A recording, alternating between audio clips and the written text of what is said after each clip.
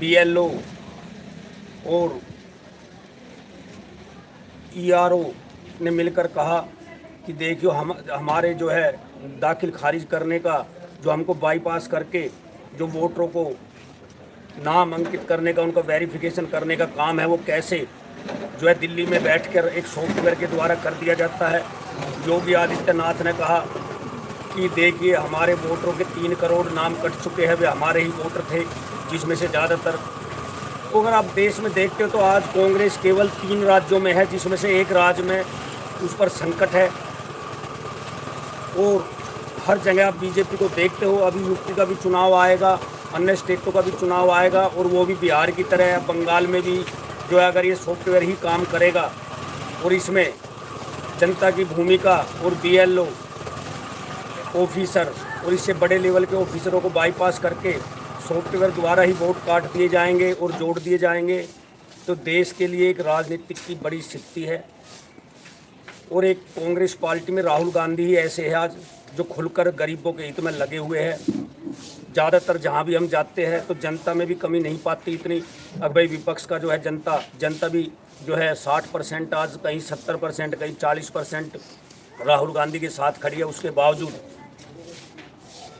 आप देखते हो कि कांग्रेस में जान कहीं दिखाई नहीं देती ज़्यादातर। तो ये जो दिग्विजय सिंह को भी देखा आपने, जिसकी अटकलें चालू है कि वे भी पार्टी छोड़ चुके हैं, तो ये हमें जो हमारे नेता है जो कांग्रेस में, उनका जनता के बीच में न जाना और केवल अपने सेल्फ के लिए, अपने स्वार्थ के लिए जो है लगे रहना, ये सबसे बड़ा कारण है। जिस तरह से राहुल गांधी खुलकर जनता के बीच में आए और लगातार कई सालों से वे लगातार हर मंच पर यही कहते हैं कि मैं SC ST OBC हर कास्ट चाहे जर्नल हो, जो भी गरीब आदमी है, सामान्य है, जो VIP नहीं है, मैं हर उस व्यक्ति के साथ हूँ। और राहुल गांधी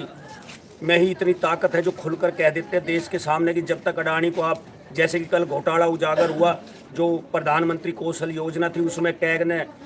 घोटाले को उजागर किया और कहा कि इसमें 15,000 करोड़ जो सरकार के लगे थे और उसमें दुनिया भर की गलतियां, अनियमितता पाई गई। कैसे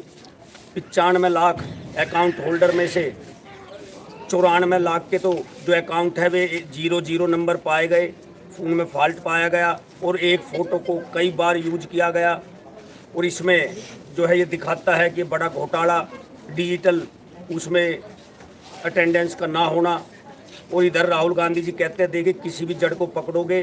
तो जो मेन जड़ है, चाहे वो पोर्ट हो, चाहे हवाई जहाज़ हो, चाहे एयरपोर्ट हो, चाहे सेना के एनिमेशन जो हथियार देने का मैटर हो, चाहे सुरक्षा का हो, बिजली का हो, टेलीफोन का हो, ये 2-4 आदमी ही मिलेंगे। और जब तक चाहे शेयर मार्केट का मैटर हो, जो अमेरिका, आज हमारे देश का ये हाल है कि अमेरिका की जो कंपनियां हैं वे बताती है कि हमारे देश में घोटाले हो रहे हैं, आम जनता को इससे कुछ लेना देना नहीं है, क्योंकि ये कमी है कांग्रेस पार्टी के जो नेता है। यहाँ राहुल गांधी सबसे मजबूत स्थिति में है देश में नेता के रूप में, उसके बावजूद जो निचले स्तर के, जो आपके राज्य स्तर के नेता है, उसमें से कुछ ही नेता आपको कांग्रेस पार्टी में दिखाई देंगे जो दिल से और निस्वार्थ भाव से जनता के कल्याण में लगे हुए हैं और पार्टी को, संविधान को और लोकतंत्र की रक्षा में लगे हुए हैं। नहीं तो ज़्यादातर जनता के बीच में ना पहुंचना, केवल एक मीटिंग करके फॉर्मेलिटी पूरी कर देना, तो ऐसे कांग्रेस नहीं उभर पाएगी। अब आगे 2 ही रास्ते हैं। अब ज़्यादातर राज्यों में बीजेपी की सरकार है और गिने चुने जो 2-3 राज्य जहां कांग्रेस पार्टी है, वहां भी आने वाले टाइम में लगता है अगर ये हाल रहा तो वहां भी कांग्रेस की जड़ें ख़त्म हो जाएगी। और ऐसे ही जिस हिसाब से बिहार में इलेक्शन को एक सॉफ्टवेयर के द्वारा जो अब खुल के आया है और पता चला जिसके खिलाफ चिट्ठी लिखी गई है नाम ना बताने की शर्त पे, तो ऐसे ही इलेक्शन को एक दिल्ली में बैठे सॉफ्टवेयर से हैंडल किया जाएगा, तो फिर इसमें जनता की कोई भागीदारी नहीं रहेगी, ना ही जनता का कोई इलेक्शन जिताने में हिस्सा रहेगा। तो इसके खिलाफ पूरे विपक्ष को जब तक जनता में ना आकर बोलेंगे, इसकी तहकीकात नहीं होगी, इस पर आवाज़ बुलंद नहीं होगी, तो ये आप कहते रहिए कि वोट चोर गद्दी छोड़ और बैलेट पेपर से इलेक्शन हो, ना तो ये बैलेट पेपर से इलेक्शन करवाएंगे और ना ही इन्हें करवाना, ना ही आप करवा सकते हो। क्योंकि इस पर 1-2 नेताओं के बुलंद होने से कोई फर्क नहीं पड़ता। फर्क पड़ता है कि जब पूरी पार्टी एकजुट होकर आएगी। आपने देखा कि केजरीवाल कैसे एक छोटी सी पार्टी जो दिल्ली राज्य में कांग्रेस को मार देती हुई और गुजरात में मोदी को जो है पार्टी को दबाती हुई, गुजरात में आप पार्टी के एक छोटे से नेता ने आरटीआई निकाली और पता किया कि जो आदिवासी फंड का 50 करोड़ रुपए था उसको कैसे जनता में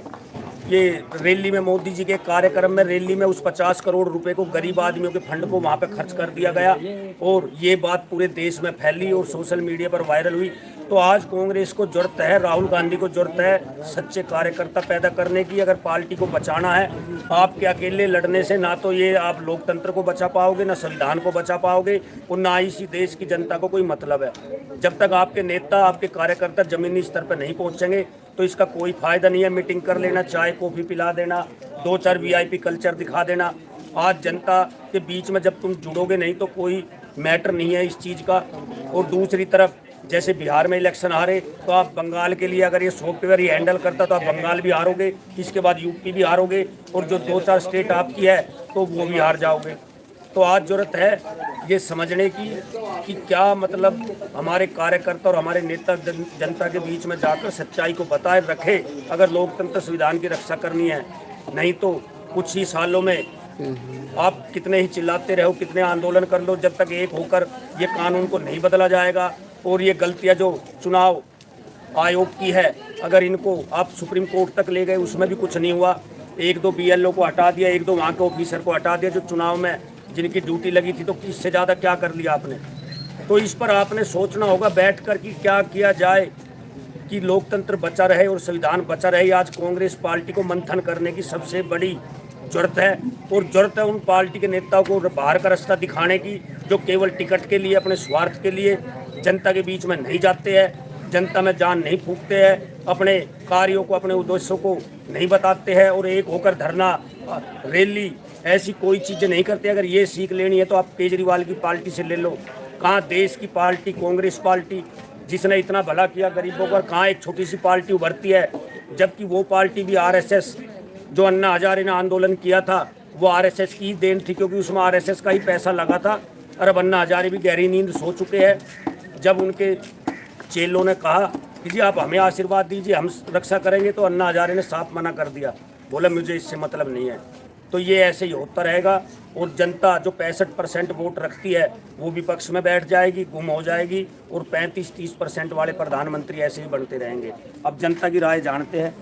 बहन जी क्या आपको 2,500 रुपये जो रेखा गुप्ता ने कहा था ये मिले, जो हमारी मुख्यमंत्री रेखा गुप्ता